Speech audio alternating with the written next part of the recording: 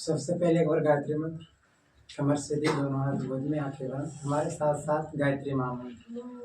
ओम भूर्भुवः स्वः तत्सवितुर्वरेण्यं भर्गो देवस्य धीमहि धियो यो नः प्रचोदयात्।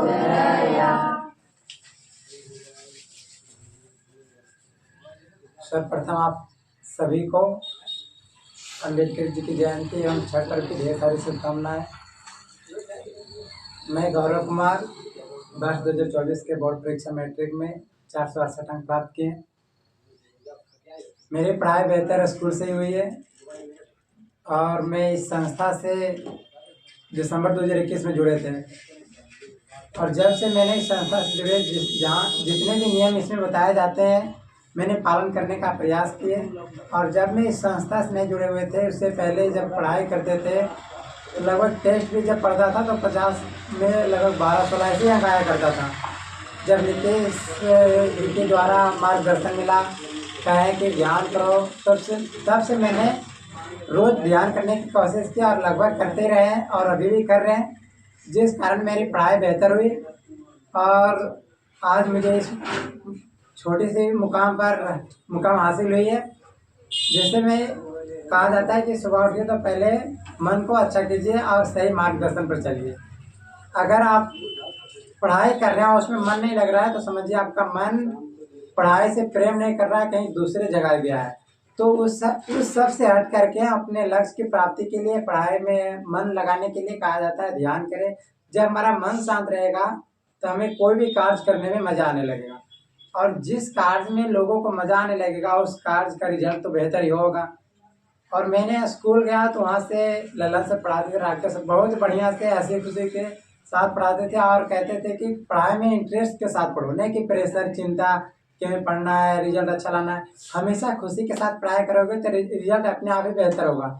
इसीलिए कभी कोई टेंशन चिंता नहीं लेना। अगर चिंता लेते हैं तो आपके अंदर जो भी शक्तियाँ थोड़ी बची हुई है वो भी खत्म हो जाएगी। इसीलिए हमेशा एक उत्साह के साथ, जज्बा के साथ पढ़ाई को करते रहना है और निरंतर मेहनत करते रहना, कभी रुकना नहीं है। कहा जाता है ना कि आप मेहनत दौड़िए, अगर दौड़ नहीं सकते तो बुलिए, अगर वो भी नहीं तो रेंगिए, लेकिन रुकिए नहीं। अगर आप रुक गए तो आपके मेहनत जितने भी किए वो भी धीरे धीरे कम हो जाएंगे। और कहा जाता है अगर आपको कुछ करना है तो जेब में गांधी हो या ना हो लेकिन आंधी जरूर होनी चाहिए, तभी आप ऊपर उठ सकते हैं। कुछ भी हुआ उत्साहित रहिए कि हमें यह करना है, हमें अच्छा रिजल्ट लेना है, तो हमेशा पूछते रहिए और हर टीचर से सलाह लेना चाहिए, क्योंकि हर कोई क्या है ना अलग अलग बताएंगे।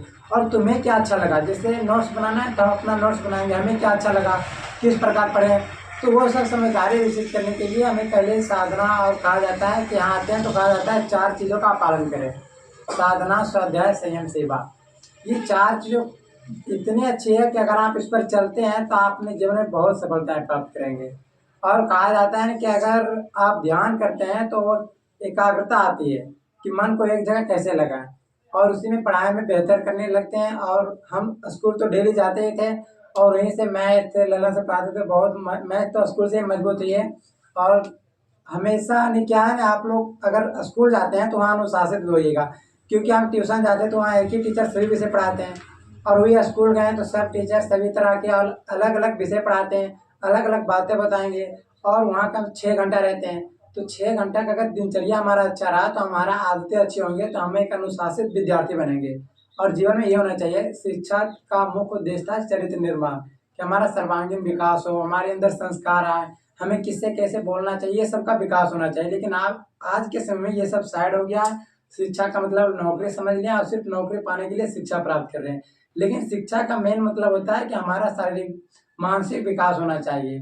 और यह भी जो गायत्री परिवार है यह भी वही करता है। कहा जाता है ध्यान कीजिए, इससे क्या होगा, आपके मानसिक विकास होगा। जैसे भी छठ पर्व का दिन है, इसमें सूर्य की पूजा होती है और यह गायत्री मंत्र में भी सूर्य चमकता है, लेकिन दूसरे के रोशनी से नहीं चमकता है, वह खुद जलता है तो फिर चमकता है। इसीलिए अगर आप लोगों को चमकना है तो पहले अपने आप को जलाइए, एकदम मेहनत कीजिए पहले।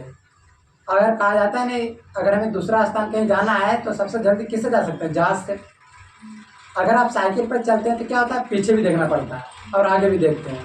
अगर आप बाइक से जा रहे हैं तो आईना से पीछे दिख जाता है, कार से भी जा रहे हैं तो आईना से पीछे देख ही लेते हैं, लेकिन हम जहाज से जाते हैं तो क्या होता है, उसके अंदर को देखते हैं, बाहर ना ही पीछे नहीं देख पाते हैं। तो इसी प्रकार अगर आपने अपने जीवन को तेजी गति से मेहनती वाली करना है तो पहले अपने अंदर की सिर्फ बुराइयों को देखिए कि हमें क्या कमी है, और दूसरे की बुराइयों को छोड़ दीजिए कि वो क्या बुरा कर रहे हैं। हमारे अंदर कहीं बुराइयां है उसको निकालिए। अगर आप ये सीख गए कि हमारे अंदर कितनी बुराइयां हैं वो सब निकालने के लिए सीख गए, तो आप जरूर जीवन में सफल होंगे। और हमेशा स्कूल जाइए और हमेशा मेहनत करते रहिए, तभी आप कुछ कर सकते हैं। धन्यवाद।